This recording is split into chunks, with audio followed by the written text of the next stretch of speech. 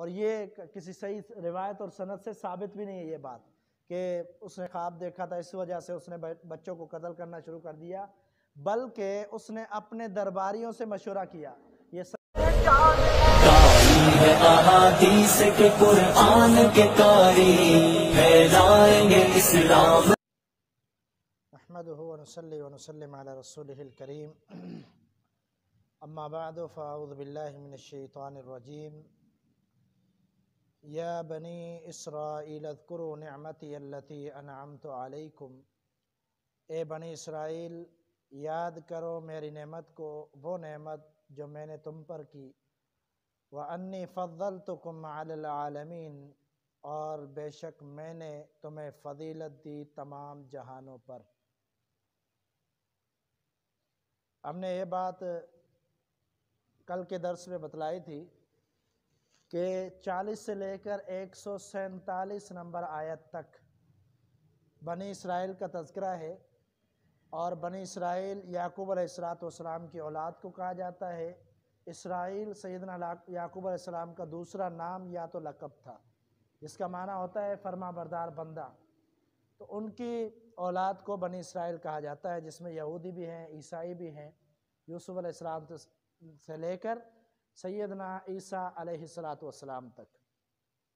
تو ہم نے یہ بھی بتلایا تھا کہ 10 ان کی جو اللہ نے نعمتیں کی ان پر 10 ان کا تذکرہ ہوگا ان آیتوں کے اندر۔ تو یہاں پر اللہ تعالیٰ نے اسی آیت سے ابتدا کی ہے ان پر جو نعمتیں ہیں ان کا تذکرہ کرنے کی۔ فرمایا کہ وَأَنِّي فَضَّلْتُكُمْ عَلَى الْعَالَمِينَ، میری نعمتوں میں سے ایک یہ نعمت ہے کہ تمہیں تمام جہانوں پر فضیلت دی۔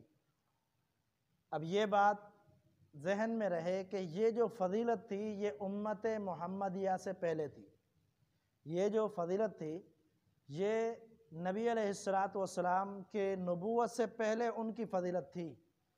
جب نبی صلی اللہ علیہ وسلم کی نبوت آئی، آپ صلی اللہ علیہ وسلم کو رسالت ملی، تو اللہ تعالیٰ نے اس حکم کو منسوخ کر دیا جہاں تک تھا، یعنی نبی صلی اللہ علیہ وسلم سے پہلے تک۔ اس کے بعد یہ حکم نہیں ہے۔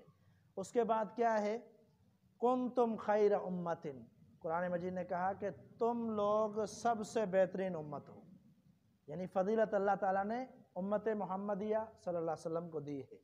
اور ایک حدیث کے اندر، صحیح بخاری کی حدیث ہے، آپ صلی اللہ علیہ وسلم فرماتے ہیں خیر الناس کرنی ثم الذین یلونہم ثم الذین یلونہم، خیر الناس، سب سے بہترین لوگ میرے اس زمانے کے لوگ ہیں۔ یہاں سے دوسرے دلائل سے پتہ چلتا ہے کہ ان کی جو فضیلت تھی یقیناً فضیلت تھی، بہت زیادہ انبیاء آئے تھے، سیدنا عیسیٰ، سیدنا موسیٰ، بڑے بڑے برگزیدہ رسول اللہ کے یہودیوں کے پاس، عیسائیوں کے پاس آئے، جو اللہ تعالیٰ کا پیغام لے کر آئے، رسالت لے کر آئے، تو وہ فضیلت نبی صلی اللہ علیہ وسلم سے پہلے کی ہے۔ آگے اللہ تعالیٰ فرماتے وَاتَّقُوا يَوْمَ لَا تَجْزِي نَفْسٌ عَن نَفْسٍ شَيْئًا، اور بچو اس دن سے، اس دن کو اپنے آپ کو بچا لو۔ کس دن؟ لا تجزی نفس عن نفس شیئا، جس دن کوئی نفس کسی نفس سے کفایت نہیں کرے گا۔ ولا يقبل منها شفاعہ، اور نہ قبول کی جائے گی سفارش۔ ولا يؤخذ منها عدل، اور نہ ہی کوئی کفارہ قبول کیا جائے گا۔ ولا هم ينصرون، اور نہ ہی مدد کیے جاؤ گے۔ یعنی یہ 4 بڑی اہم باتیں ذکر کی ہیں اس آیت میں اللہ تعالیٰ نے، جو قیامت کے حوالے سے۔ دنیا میں انسان اگر کسی کے پنجے میں پھنس جاتا ہے یا کوئی جیل میں چلا جاتا ہے، قید میں آ جاتا ہے، تو 4 صورتیں ہیں کہ اس کو چھڑانے کی۔ ایک صورت تو یہ ہے کہ بندہ اپنا جو ہے اثر و رسوخ چلاتا ہے، دوستی یاری کی وجہ سے بندہ اس کو دیکھ کر اس کو چھوڑ دیتا ہے، یا یہ ہوتا ہے کہ کوئی سفارش کرواتا ہے کسی بڑے سے یا کسی دوست سے، سفارش کراتا ہے جو اس کا کلوز ہوتا ہے، اس کی وجہ سے چھوٹ جاتا ہے۔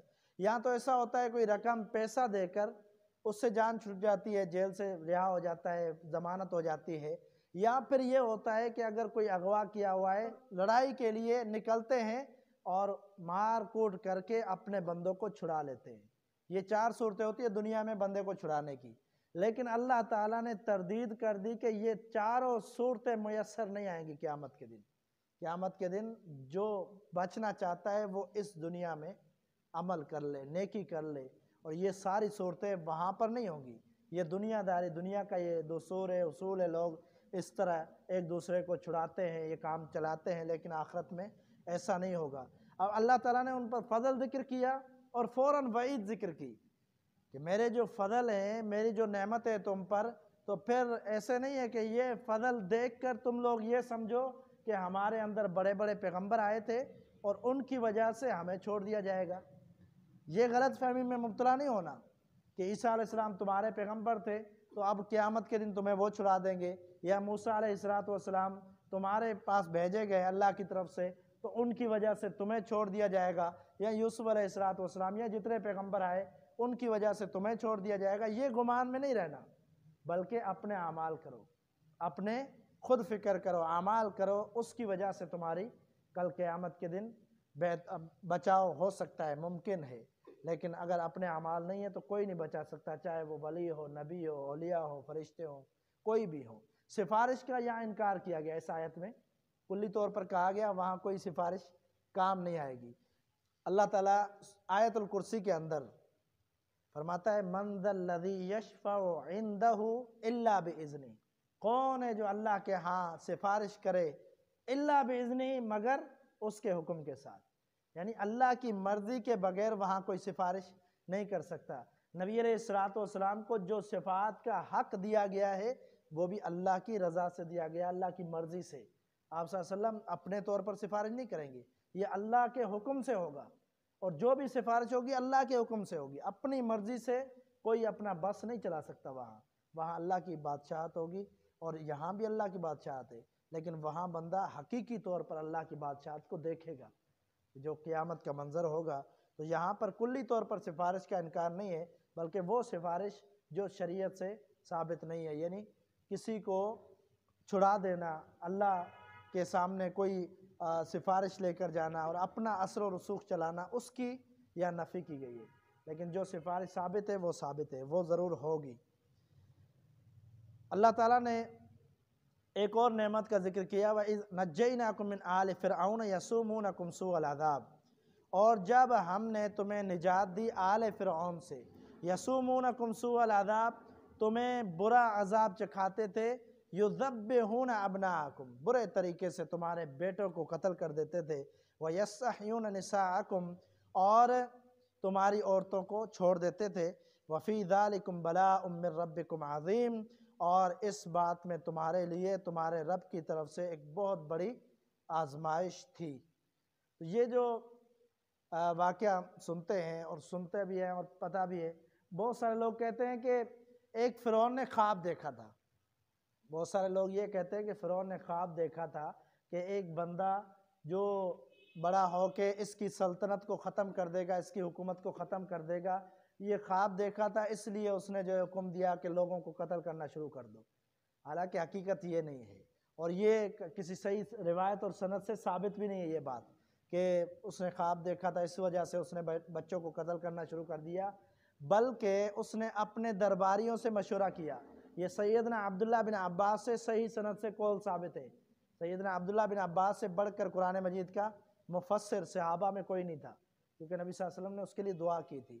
تو بڑا مفسر قرآن مجید کا صحابہ میں کون تھا؟ سیدنا عبداللہ بن عباس۔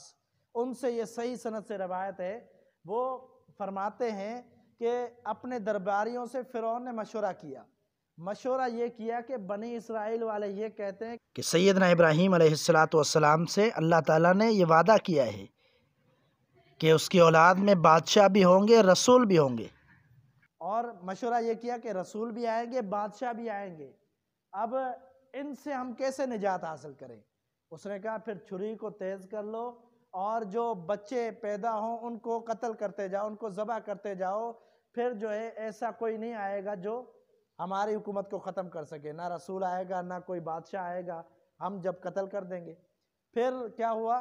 کہتا ہے جب قتل کرنا شروع کر دیا تو انہوں نے دیکھا کہ جو بوڑھے تھے، جو بڑی عمر کے تھے، ان کی تو وہ خود ہی اپنی موت مرتے، لیکن جو نوجوان نسل تھی وہ ختم ہو رہی تھی اور بچے ختم ہو رہے تھے۔ انہوں نے کہا کہ اگر یہ نوجوان نسل ختم ہو گئی اور جو بچے ختم ہو گئے تو پھر جو یہ کام کرتے ہیں ہمارے مزدور، یہ ہمیں کرنا پڑے گا، پھر یہ پریشان ہو گئے، قتل عام کر دیا انہوں نے، پھر پریشان ہو گئے کہ لوگوں کو اگر ختم کر دیا تو ہمارے کام یہ نہیں کریں گے، ہمیں خود کرنے پڑیں گے، پریشان ہو گئے۔ پھر دوبارہ مشورہ کیا اور انہوں نے یہ کہا کہ اب ایسا کرتے ہیں کہ 1 سال بچوں کو قتل کریں گے، 1 سال چھوڑ دیں گے، یعنی 1 سال چھوڑ دیں گے، وہ بڑے پیدا ہوں، دوسرے سال قتل کریں گے۔ تو یہ صحیح سند سے ثابت ہے، سیدنا عبداللہ بن عباس سے صحیح روایت ہے۔ تو معلوم ہوا کہ یہ وجہ تھی، قصہ گڑا ہوا ہے تو وہ من گڑت ہے۔ تو اللہ تعالیٰ سے دعا ہے کہ اللہ تعالیٰ ہمیں صحیح معنی میں قرآن و حدیث کی فہم عطا کرے، وما توفیق الا باللہ۔